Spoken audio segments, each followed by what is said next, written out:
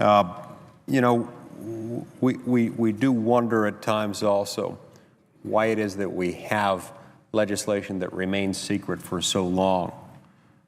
You know, we've commented on the fact that we've been waiting for this mysterious amendment. We've wondered why we haven't seen it. I wonder if the reason we haven't seen it is because they're still negotiating in secret, trying to sweeten the pot so that they can ram it through. Makes me wonder whether we can anticipate another Cornhusker kickback, another Louisiana purchase, yet another parallel between the Affordable Care Act and this legislation that we have before us today. It's another concern that I have. I'm also concerned by the same talking points to which I alluded earlier, the same talking points that we've had since before we even had this bill. The talking points that I alluded to earlier that I described as being to the effect of saying, you know, is there anything wrong with this bill? No. Is this bill excellent? Yes, absolutely it is.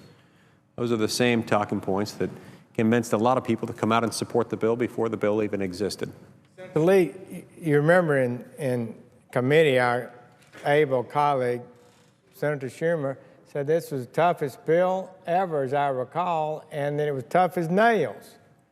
But it looks like now we're told that it wasn't so tough because we've added an amendment that's going to make it tough.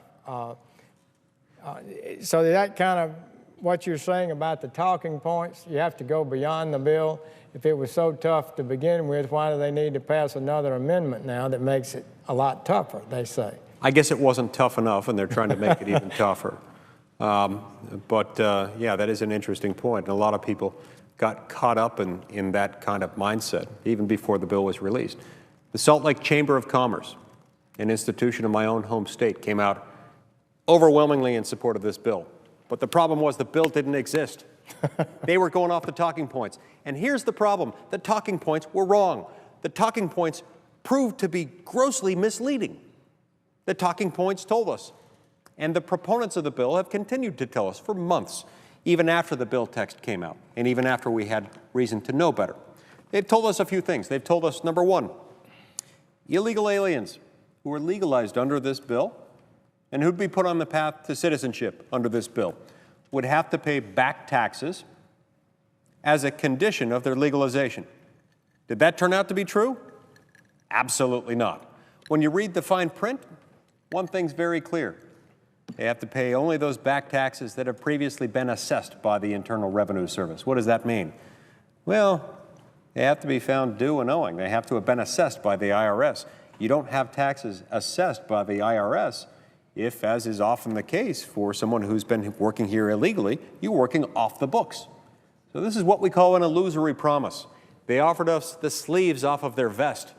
They offered us something that didn't exist in the first place. We were also told a number of other things about this bill. We were told that there would be a lot of people who would be excluded. And yet we discovered that there are a lot of people who, even after having committed crimes in this country, even after having illegally re-entered the country following a previous deportation, which, by the way, is a felony, many of those people will still be able to get legalized and not just remain in this country and continue working, but also continue on the path to citizenship and eventually become voting citizens of this country.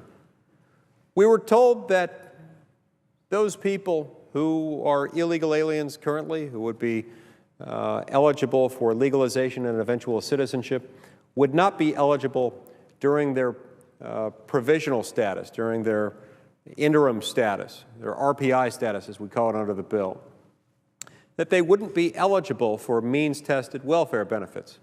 Well, did that turn out to be true? No. They're still eligible, for example, for the Earned Income Tax Credit, which some have described as the most generous and largest, in some respects, means-tested program that we have.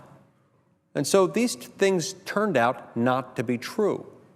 And yet a lot of people are still asking their members of Congress to support this very same legislation, not because they've read it, not because any of those promises were true, but because they're still believing the promises contained in the original set of talking points, which most people think are the bill.